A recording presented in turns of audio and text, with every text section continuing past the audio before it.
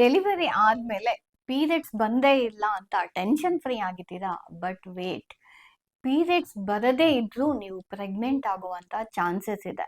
ಅದು ಹೇಗೆ ಅಂತೀರಾ? Let's discuss. ನಮಸ್ಕಾರ, ನಾನು ಡಾಕ್ಟರ್ ಮಹೇಶ್ವರಿ. ಇಂದು ನಾವು ಯಾವ ಥರ ಪ್ರೆಗ್ನೆನ್ಸಿ ಆಗುವ ಸಂಭವ ಇದೆ ಅನ್ನೋದ್ರ ಬಗ್ಗೆ ಡಿಸ್ಕಸ್ ಮಾಡೋಣ.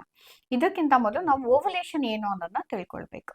ಈ ಓವಲೇಷನ್ ಅಂದರೆ ಪ್ರತಿ ತಿಂಗಳು ಅಂಡಾಶಯದಿಂದ ಒಂದು ಮೆಚೂರ್ ಎಗ್ ರಿಲೀಸ್ ಆಗುತ್ತೆ.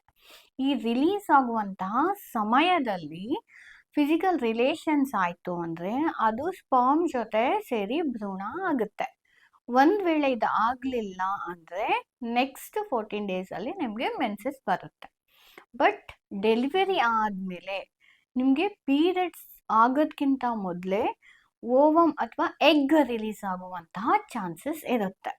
ಸೊ ಈ ಥರ ಎಗ್ ರಿಲೀಸ್ ಆಗುವ ಸಮಯದಲ್ಲಿ ಫಿಸಿಕಲ್ ರಿಲೇಷನ್ಸ್ ಆಯಿತು, ಸೊ ಆ ಸಮಯದಲ್ಲಿ ನೀವು ಪ್ರೆಗ್ನೆಂಟ್ ಆಗುವಂಥ ಚಾನ್ಸಸ್ ಇರುತ್ತೆ.